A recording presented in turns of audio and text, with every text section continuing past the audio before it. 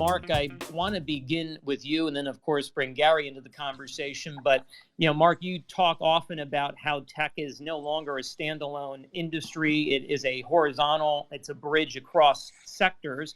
And one can make the argument that the intersection with tech and auto has never been more intertwined than it is today.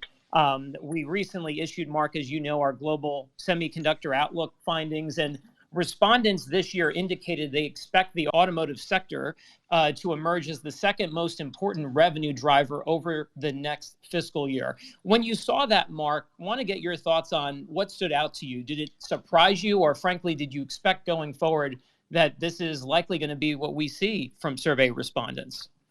I think it's safe to say when you listen to what the semiconductor executives are telling us is that the automotive sector is in the fast lane when it comes to driving revenue for the semiconductor sector. And I wasn't overly surprised.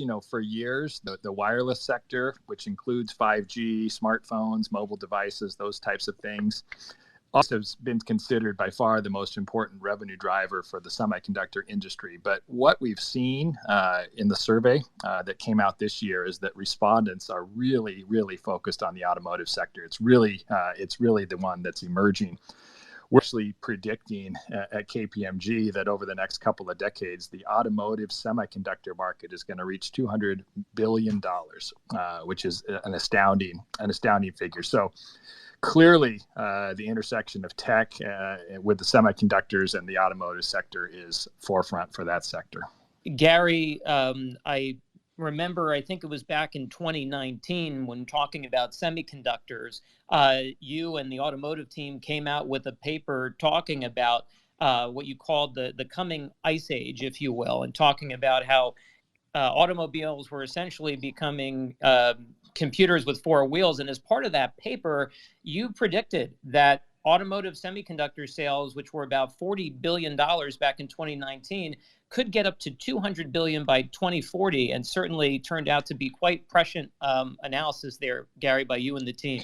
Yes, Matt and Mark, we were literally at the end of 2019, right in the beginning of 2020, so put your heads on.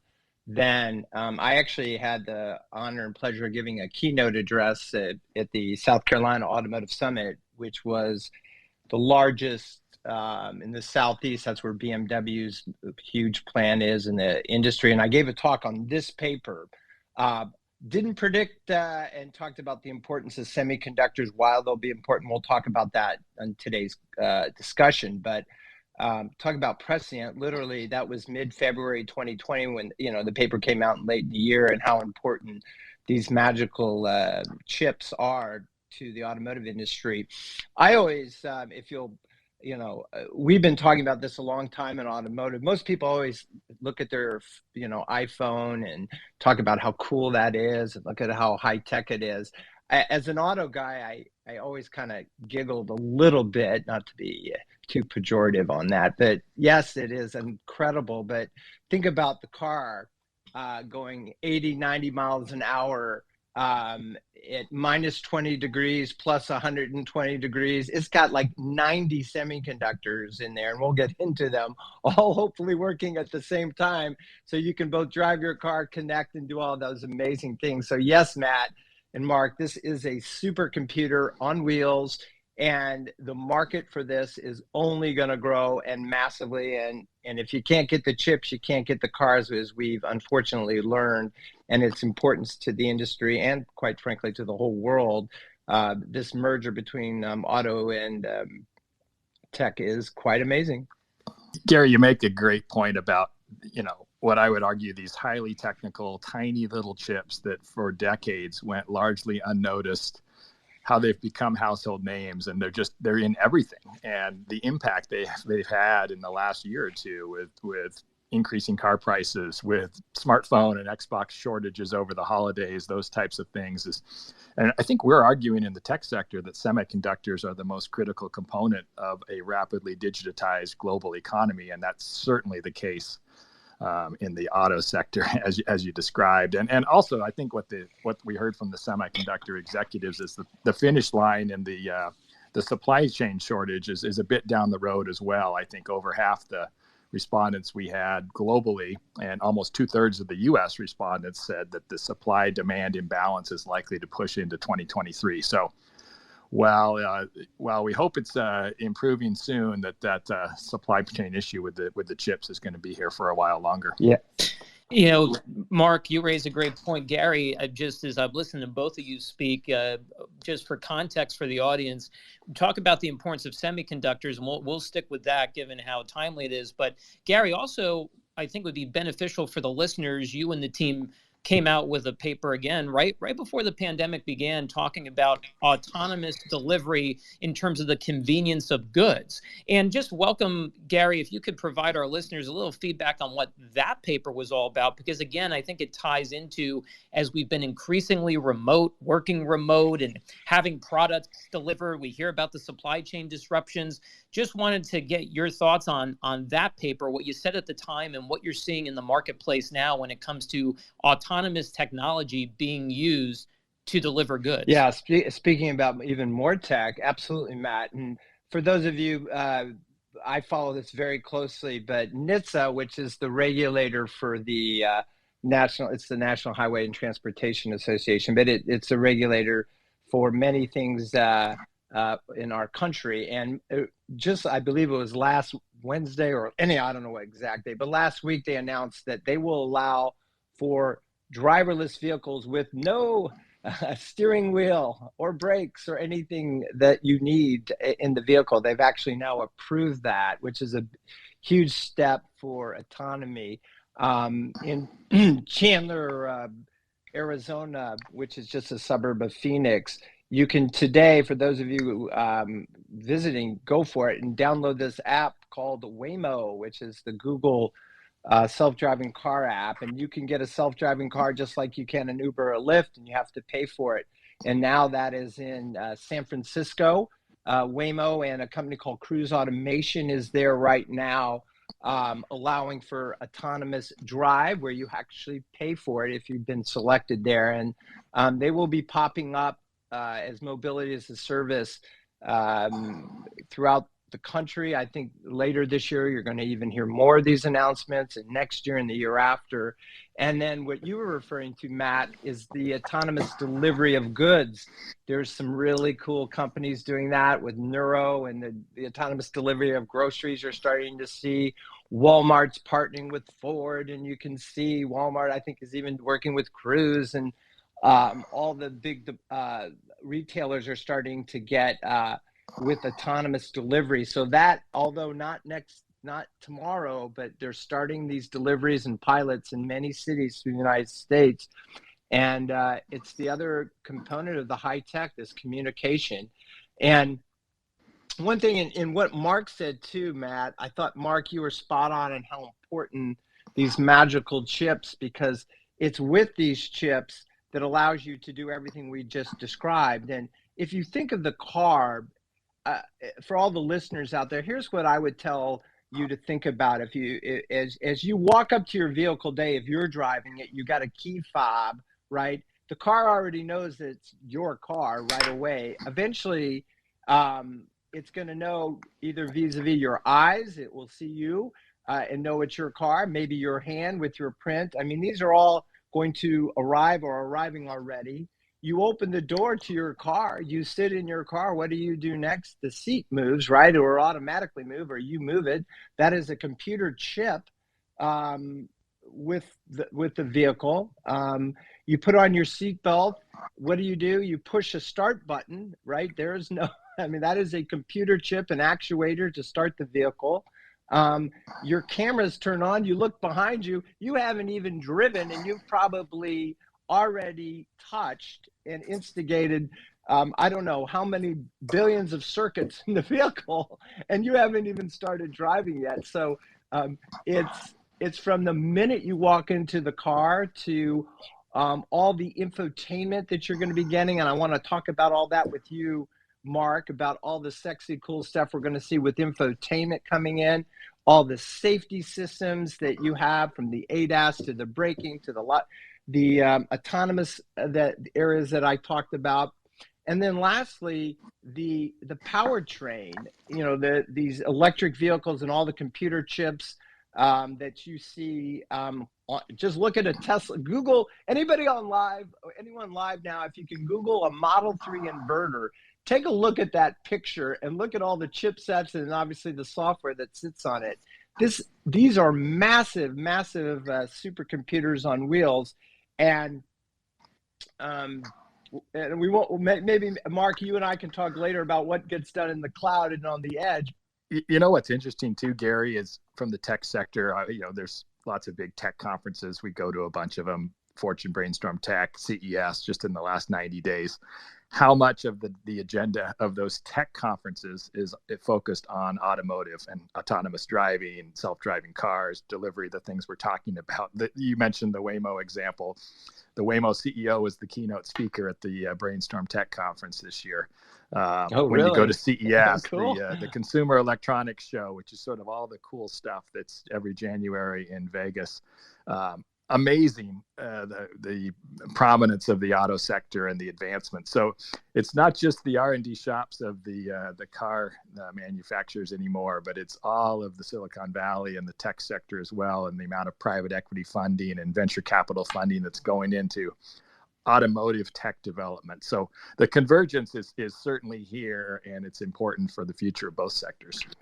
A lot of different lanes, pun intended there, Gary, that we could go down on the automotive conversation here.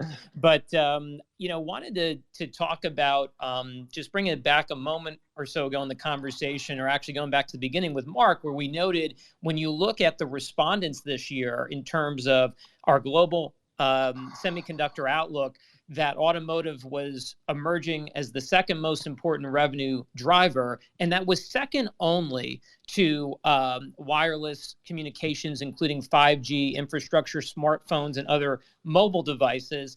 Gary, you talked about the infotainment. Where does 5G play into that? Are we going to see a big introduction of 5G into the vehicles? Do you think there would be any hesitancy by auto manufacturers over this? We recall several months back, there was a lot of talk in the airline industry about some qualms about 5G. So just welcome your perspective, and of course, Mark's also, about how that plays into those infotainment technology capabilities in vehicles. Think of your infotainment, that is it, I would say the first or second inning, and the next versions of how your smartphone, if you will be one and the same with your vehicle is just getting better and better. And the screens within your, how you can touch your screen in your phone. I want you to imagine a world in not too far distant future that you'll be able to take a window or your screen in the back, and a lot of data and information will be popping up through infotainment there. The virtual realities that you'll be able to do, it's coming. There's some really cool startups in this space. A lot of the supplier community is looking at it. Obviously, you can make commercials and make money off of this type of stuff. So there's a lot of big time players just in the infotainment screens. You can imagine, videos and movies and all the things you do today, but having it be interactive within your car. But how do you get the data? How do you send the data? How do you receive it in a fast, effective way? And, there's 5G as one answer. And I think that's a possibility. 6G, Mark, you tell me where we are in 6G. I think that's already in the planning. You have V2X, which is the vehicle speaking to, people on their devices. I think all that will be in play in the next few years as people desire and want really an infotainment fun experience within their vehicle. Yeah, Matt, the other thing about 5G, you mentioned airlines as maybe expressing some concerns, safety concerns. I think that's such a short-term view. I mean, 5G is certainly here to stay. And for the automotive sector, it actually has an important role to play in safety. I mean, the ability for interconnectivity between cars on the road, various cars being able to, electronically communicate with each other with sensors that are out there.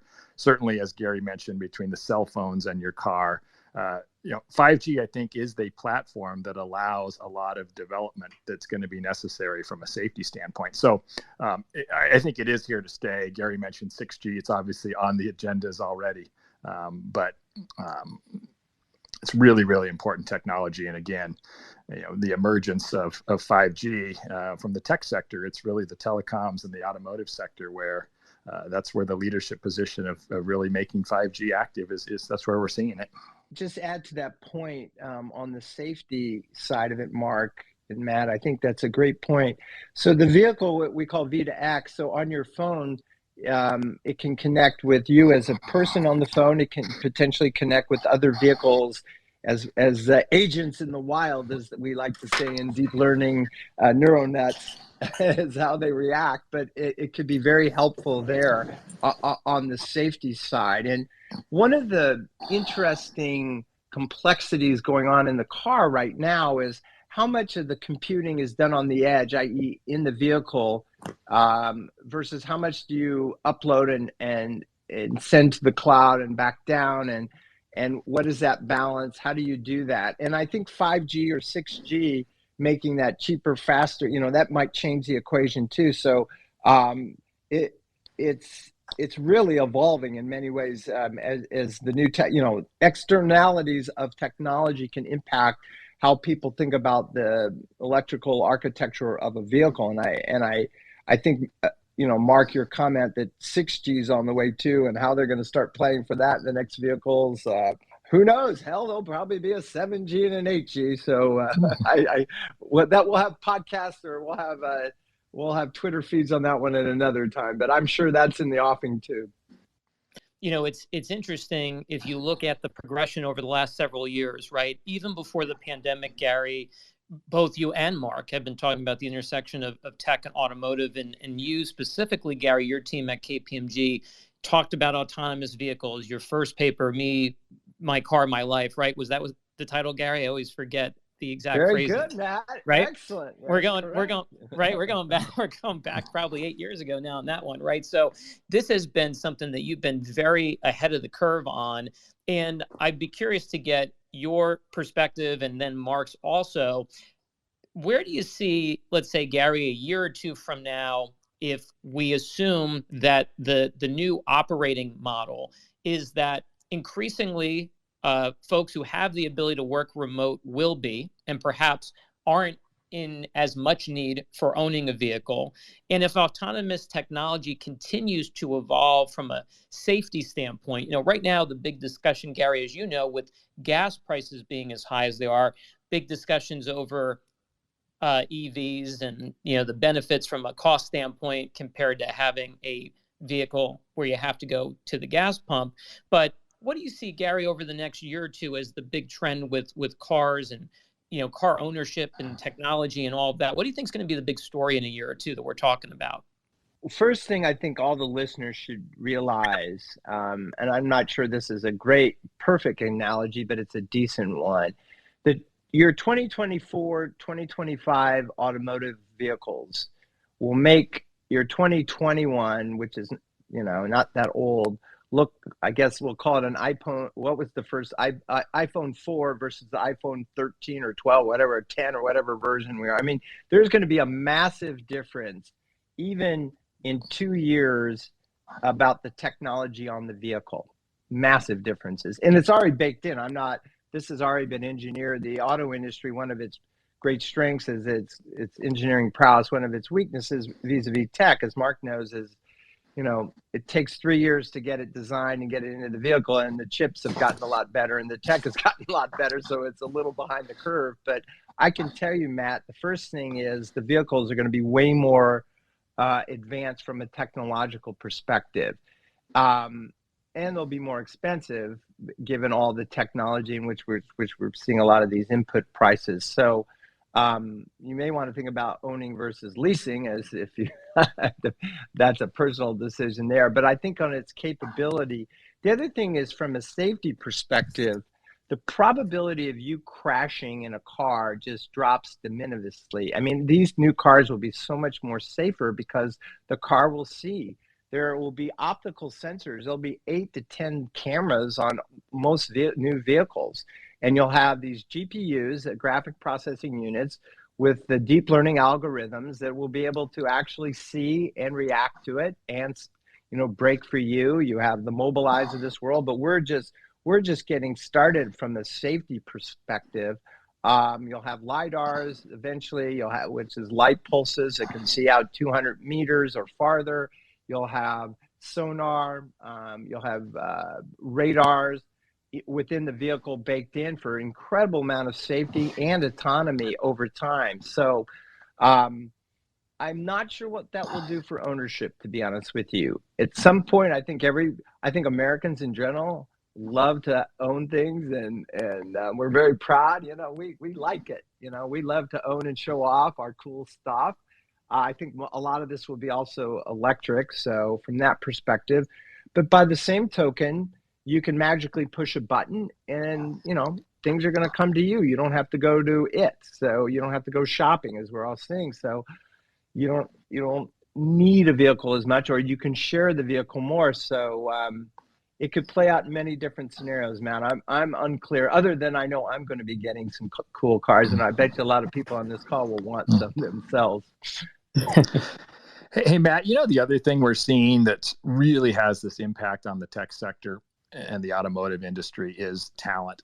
It's been on the short list of risks and agenda topics in the tech sector for a long time. How much demand there is in the tech sector for software engineers, talented R&D folks, computer scientists, et cetera, and how the demand is outpacing the supply there. Well, what we're seeing is it's no longer just the big tech companies fighting for these individuals and people moving between the tech companies. We're seeing the automotive companies stealing, the old Silicon Valley tech talent, and it's opening up a whole new channel as we see these people trying to build and design what Gary just described, and it's not the same R&D shop of an automaker anymore. They need the tech talent. I'm glad that you raised the talent equation. It's something that is important in all sectors and certainly not unique to automotive. But Gary, welcome your thoughts. Listening to Mark talk about getting the talent equation right.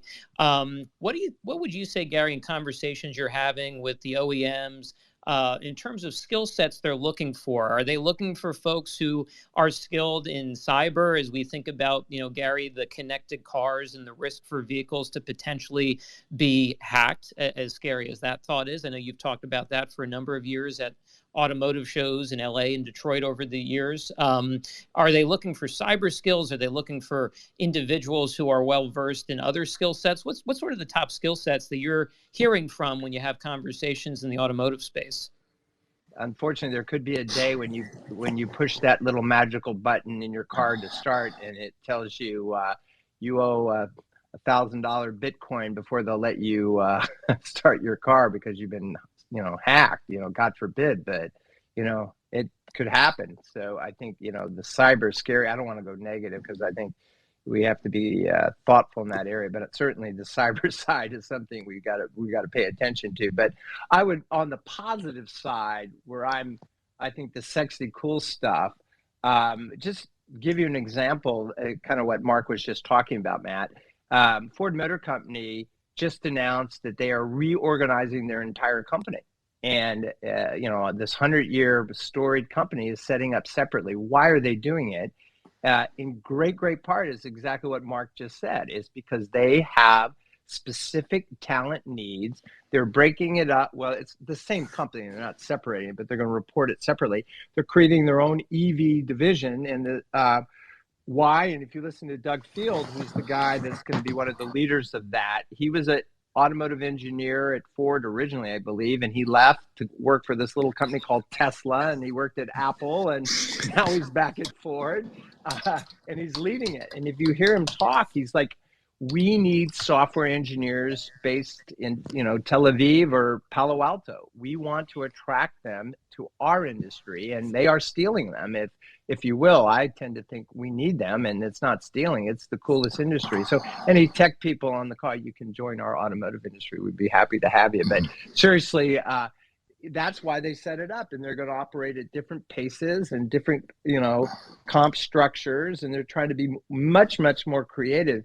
The software, especially the software, one of the most brilliant things about Tesla that I've always loved since the day it was started, it was a computer on wheels. And if you look at all the automotive companies who've tried to mimic Tesla, why is it they have been unable to match, even the range of a Tesla? Why, after all these years and all the reverse engineering, how is it possible that these storied great companies in auto couldn't do it? Well, the primary reason is the architecture of the vehicle was set up as a computer on wheels, and the integrated software within the vehicle is one of the mightiest secret sauces of Tesla. Their operating system works as one, and automotive cars are not set up that way. They are not set up that way. They try to leverage economies of scale and use the same one, and they couldn't match the prowess of Tesla. Now they're beginning to realize that that's no longer the right model, and they're setting up these new computer on wheels, and this is the talent they've got to grab. Lots of points, Gary and Mark, that you've both raised over the course of our conversation today, and mindful that we have listeners who come and go at different points. I want to circle back to where we began, because I think that certainly would be of great interest to those who might just be joining, and talking about the intersection of tech and auto, and how we really are at a point where it's never been more intertwined. The cars really are computers with four wheels. Mark, want to start with you, and then Gary, come back to you. Mark, probably beneficial for those who might have just joined to reiterate some of the points you made up front about what you've seen in your role and in the intersection in our global automotive semiconductor outlook results that showed that automotive continues to move up in importance. I think 3 points come to mind to maybe bring this home from the tech side. The connectivity between automotive and tech is hitting at multiple levels, and really the whole tech stack is being impacted. We talked a bit about how semiconductors and how important the automotive sector is to the revenue growth of the semiconductor sector, and it now being the number 2 revenue driver in the next decade or so, only behind the mobile sector for the semiconductors. But we're also seeing it to be a huge driver for both big tech. We're seeing a ton of the big tech clients either partnering with OEMs or investing in electronic vehicle companies and expanding their balance sheets to really make investments into that sector, and at times even becoming direct competitors. And then on the third level, we're seeing a massive amount of venture capital, private equity that's historically invested in sort of classic tech, expanding the portfolio into automotive development. The pieces of the car that Gary's talked so much about today, a lot of that's being funded out of the venture, historical tech venture backing funds. So automotive and tech is really intersecting at multiple levels. Mark, wanted to circle back on some of those points you just hit on. And again, mindful of those who joined at different points. I thought you made a number of astute points, Mark, in the 5G conversation. We hear a lot about 5G and other sectors of the economy. We cited the airline industry expressing some concerns, months back. If you don't mind, Mark, just summarizing what we talked about there, and again, welcome your perspective from the TMT side. When you think about 5G, I think it is here to stay. And while we've had certain cases where there was some bumpy openings, the airline industry, for example, 5G is going to be critical to a number of factors for the automotive sector. We talked about, from the safety side, the ability for automobiles to communicate with one another, for your cell phone in your car to communicate, for sensors on the road that will help the safety side. So it's going to be huge there. And that's a big hurdle to overcome from the autonomous vehicles and the acceptance rate by humans to get in a car that they're not steering, not driving. So that'll be important. Also think the ability for cars to send data to the cloud, that the 5G and future generation 6G and beyond, the ability for data to go to the cloud and back in an efficient enough manner that it can be useful, so that it's not all having to be stored in the vehicle. And that'll open up, I think, a lot of new ways as well. So 5G is going to be big for the sector. I think a lot of the development that's being done will only work on 5G, but it's going to be a massive expansion and acceleration on what's already been rapidly accelerating over the past few years. So only see that continuing. Mark, I just wanted to ask you a question that, going back to the initial part of the conversation, we talk about the bridge that, as you speak of often, tech not being a standalone sector, but bridging other sectors. Mark, from your vantage point, when you look at all the sectors, is there one that has greater connectivity with tech than auto, or do you think it's at least a fair summation to say that you'd be hard pressed to find another sector where tech is as intertwined as it is with the automotive sector? There's probably three that come to mind: auto tech, health tech, and fintech are probably the three that we spend most of our focus on. But I often sort of view my role as leading what we call the tech sector today in our firm as being a role that shouldn't even exist in the future, because should be no tech sector.